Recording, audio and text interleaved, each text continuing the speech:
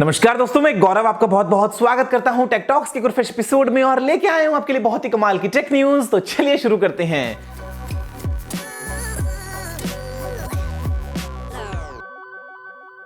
यहां पे दोस्तों सबसे पहला जो अपडेट है वो है मोटोरोला मोटो G5 Plus के लिए। इस फोन की लॉन्च से पहले ही कुछ लाइव फोटोज लीक होकर सामने आई हैं, जहां पे ये पता चलता है कि आपको देखने को मिलेगा 5.2 इंचेस का फुल एचडी डिस्प्ले। जो कैमरा होगा वो है 12 मेगापिक्सल का कुछ अलग टाइप के सेंसर के साथ में, और दोस्तों आपको मिलेगा यहां पे स्नैपड्रैगन का 625 प्रोसेसर 3000 mAh की बैटरी के साथ में। अब हालांकि दोस्तों जो फोन है ये लॉन्च होगा 26 फरवरी को, अभी तक कुछ भी कंफर्म डिटेल्स नहीं है, लेकिन क्योंकि ये लाइव फोटो की तरह लग रहा है तो मतलब चांसेस यही है कि दोस्तों आपको जो मिलेगा फाइनली वो यही स्पेक्स होंगी। तो ऐसे में मोटो G4 Plus से अगर आप कंपेयर करते हैं तो कैमरा में चेंजेस हैं, बैटरी सेम है, लेकिन दोस्तों जो प्रोसेसर है और जो डिस्प्ले है वो भी चेंज किया गया है। तो देखते हैं कि ये फोन किस तरीके से आपको देखने को मिलता है और मोटोरोला इसको फाइनली 26 तारीख को कैसे लॉन्च करता है और बाद में किस प्राइस पे, कहां, कैसे, कब से, कौन से मार्केट्स में इसको अवेलेबल करवा देता है। दोस्तों अगला अपडेट है वो एक बहुत ही फनी स्टोरी है सैमसंग के साथ में। मतलब जब से नोट 7 लॉन्च हुआ तभी से दोस्तों जो है वो पीछा नहीं छोड़ रहा है सैमसंग का। लॉन्च होने से पहले से था कि नोट 7 आने वाला है, आने वाला है, आने वाला है, बेस्ट फोन होगा, ऐसा होगा, वैसा होगा। लॉन्च दोस्तों हुआ, फोन काफी अच्छा था, लेकिन बाद में न्यूज आई फोन के फटने की। फटता रहा। सैमसंग ने काफी बार रिकॉल भी किया और उसके बाद में फाइनली सैमसंग ने बता दिया कि जो मेन कॉज था वो फोन के फटने का क्या था। लेकिन अभी दोस्तों एक रिपोर्ट सामने निकल के आई है जो ये बताती है कि चाइना में जो सैमसंग एसडीआई फैक्ट्री है वहां पे आग लग गई है और जो रीजन है फायर का वो है फॉल्टी बैटरीज। तो इसका मतलब कुछ तो चल रहा है वहां पे। वो नोट 7 वाली बैटरीज हैं, कुछ और फर्दर टेस्टिंग चल रही है या दोस्तों यहाँ पे क्या इंटरनल अपडेट है वो हमको नहीं पता है, लेकिन ये बेसिकली वही फैक्ट्री है जिसने बनाई थी बैटरीज नोट 7 के लिए भी। तो उम्मीद यही करते हैं कि जो अपकमिंग गैलेक्सी S8 होगा वहां पे आपको ऐसा कुछ इशू देखने को ना मिले, क्योंकि दोस्तों अगर ऐसा हुआ तो सैमसंग के पास शायद सफाई देने का कोई मौका नहीं रहेगा और ये ब्रांड के लिए बहुत ही खराब हो सकता है। यहां पर दोस्तों अगला अपडेट है वो है रिलायंस जियो वर्सेस एयरटेल के लिए। मतलब रोज की बात है, आपको ऐसे ही अपडेट्स देखने को मिलते हैं कि जियो ने ये कहा, एयरटेल ने ये कहा, जियो ने ऐसा किया, एयरटेल ने ऐसा किया।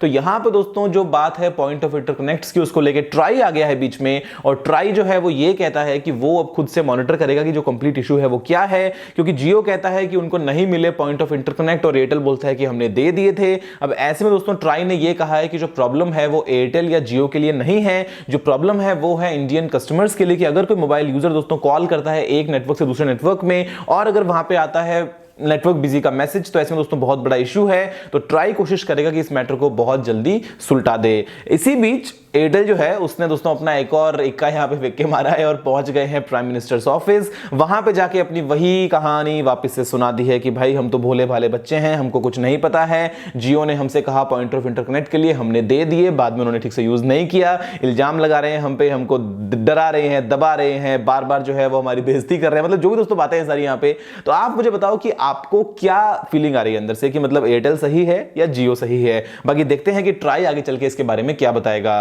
दोस्तों यहां पे जो अगला अपडेट है वो है मीडियाटेक के लेटेस्ट प्रोसेसर जो कि आज ही लॉन्च हुआ है, जिसका नाम है Helio P25। उसके बारे में आपको पता है कि मैं आपको हमेशा से ही बोलता हूं कि जो Helio का P10 है वो मतलब आज की डेट में भी आपको बहुत सारे फोन्स में देखने को मिलता है। बहुत ही पुराना प्रोसेसर है, पता नहीं क्यों ब्रांड्स इसको यूज कर रहे हैं। इसके बाद में P15 भी है, P20 भी है, लेकिन अब दोस्तों लॉन्च कर दिया है लेटेस्ट P25 जो कि होगा Cortex A53 बेस्ड एक ऑक्टा कोर सीपीयू। जो फ्रीक्वेंसी है वो दोस्तों है 2.5 गीगाहर्ट्ज तक। यहां पे आपको मिलेगा माली का T880 जीपीयू और जो टेक्नोलॉजी दोस्तों यहां पे यूज की गई है वो है 16 नैनोमीटर की। और सबसे खास बात यह है कि आपको दोस्तों इस प्रोसेसर के अंदर मिलेगा 6 GB रैम तक का सपोर्ट और इसके अलावा ड्यूअल कैमरास का सपोर्ट भी दोस्तों आपको देखने को मिल जाएगा। तो यहां पे ब्रांड्स जो हैं वो या तो यूज कर सकते हैं 13+13 मेगापिक्सल का ड्यूअल कैमरा या फिर 24 मेगापिक्सल तक का एक सिंगल कैमरा। तो ऐसे में दोस्तों क्वालकॉम के भी कुछ प्रोसेसर आते हैं जो डुअल कैमरा को सपोर्ट करते हैं बजट रेंज में। अब देखते हैं कि आगे चल के आपको जो Helio P25 है वो कौन से फोन्स में किस तरीके से कब तक मार्केट में देखने को मिलता है।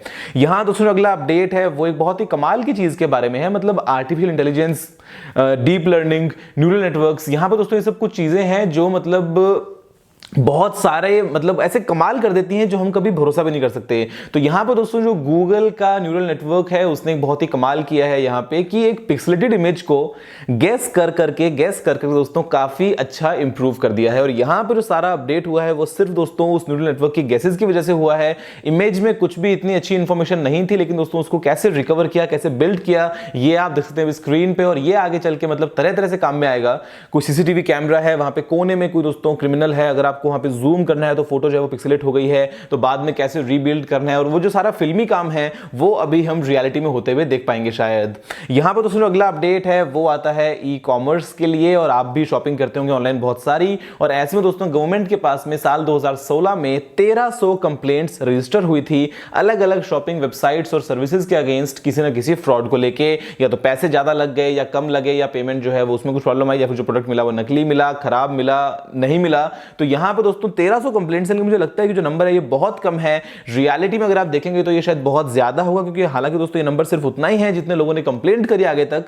अब बहुत से लोग दोस्तों, इंडिया में कितनी पॉपुलेशन है, कितने लोग ऐसे शॉपिंग करते हैं और कितने रोजाना हमको ऐसे फ्रॉड्स की न्यूज आती हैं, तो 1300 तो कुछ भी नहीं है। आप बस सेफ रहिए, बच के रहिए और अपनी समझदारी से ही ऑनलाइन शॉपिंग कीजिए। यहां दोस्तों जो अगला अपडेट है वो आपके लिए गुड न्यूज होगा। अगर आप सोचते हैं कि आप अगर कोई ब्राउजर में एड्रेस डालते हैं, जब दबाते हैं एंटर तो बहुत टाइम लगता है वेब पेज को खुलने में, तो यहां पर दोस्तों जो ओपेरा का लेटेस्ट अपडेट आया है विंडोज और मैक के लिए, उसको अगर आप इंस्टॉल करते हैं तो वो आपके लिए वेब पेजेस को बैकग्राउंड में ही लोड करके रखेगा। यानी कि अगर आप दोस्तों एड्रेस बार में कुछ किसी वेब पेज का एड्रेस टाइप कर रहे हैं, यूआरएल दोस्तों जैसे आप टाइप करके एंटर दबाते हैं, दबाते ही आपको आपके सामने रिजल्ट्स देखने को मिल जाएंगे। ये आपकी हैबिट्स को मॉनिटर करेगा। उसके अलावा दोस्तों जब आप कुछ चीज लिख रहे होंगे तो रियल टाइम में अपनी गेसेस लगाएगा, रियल टाइम में ही आपके लिए जो डेटा है कंप्लीट बिल्ड करेगा, और उसके बाद में आपको वेब पेज जो है वो ऑलमोस्ट इंस्टेंटली देखने को मिलेगा। तो काफी अच्छा अपडेट है। मैंने इसको ट्राई नहीं किया, ट्राई करूंगा, फिर आपको बताऊंगा कि ये कितने अच्छे से काम करता है।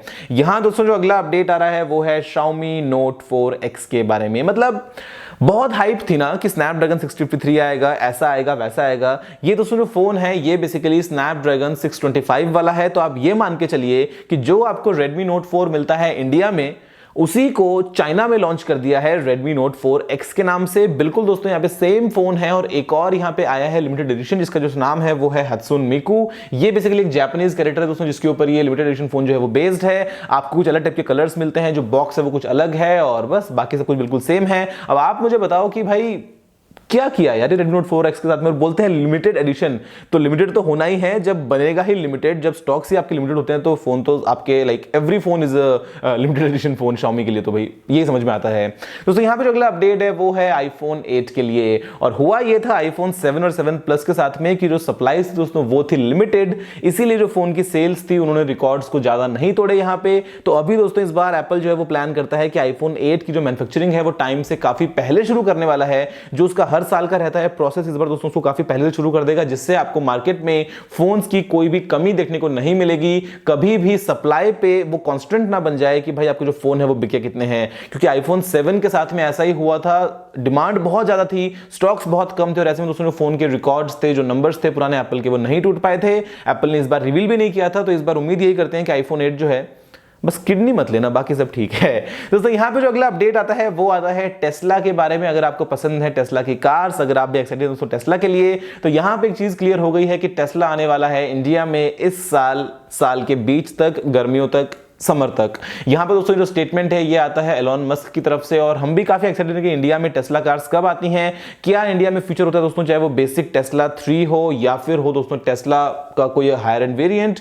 उम्मीद यही करते हैं कि इंडिया में जल्दी आए, अच्छी प्राइस पे आए, और बेसिकली हम भी अच्छी कार्स को यूज करें। अगर मैं आपसे बात करूं जो इंटरनेशनली काफी पॉपुलर हैं, वो हम इंडिया में एटलीस्ट हमारे लिए यूज कर पाए। यहां दोस्तों अगला अपडेट है वो है YouTube लाइव स्ट्रीमिंग को लेके। आज तक आपके पास में बहुत सारे ऑप्शंस थे लाइव स्ट्रीम करने के, और अभी दोस्तों जो YouTube का लाइव फीचर था मोबाइल ऐप के लिए, वो बेसिकली सभी के लिए ऑलमोस्ट अवेलेबल हो गया है। इससे पहले था बीटा रन में, और अभी अगर आपके चैनल पे 10,000 से ऊपर सब्सक्राइबर्स हैं तो आप डायरेक्टली अगर YouTube ऐप को इंस्टॉल करते हैं अपने एंड्रॉइड फोन में या फिर आईफोन में, उसको दोस्तों अपडेट करते हैं लेटेस्ट वर्जन पे, तो डायरेक्टली अपने मोबाइल फोन से ही लाइव स्ट्रीम कर पाएंगे। काफी अच्छा ऑप्शन है यहाँ पे, और मैं यहाँ पे प्लान कर रहा हूँ एक वीकली लाइव स्ट्रीम का। तो आप मुझे बताइए नीचे कमेंट्स में कि आपका क्या ऑप्शन है। मैंने ऊपर एक पोल भी क्रिएट किया है, तो आप वहां पे जाके अपनी राय रखिए, और हो सकता है उसके बाद में हम मिलेंगे हफ्ते में किसी एक फिक्स दिन पे, फिक्स टाइम पे लाइव स्ट्रीम में।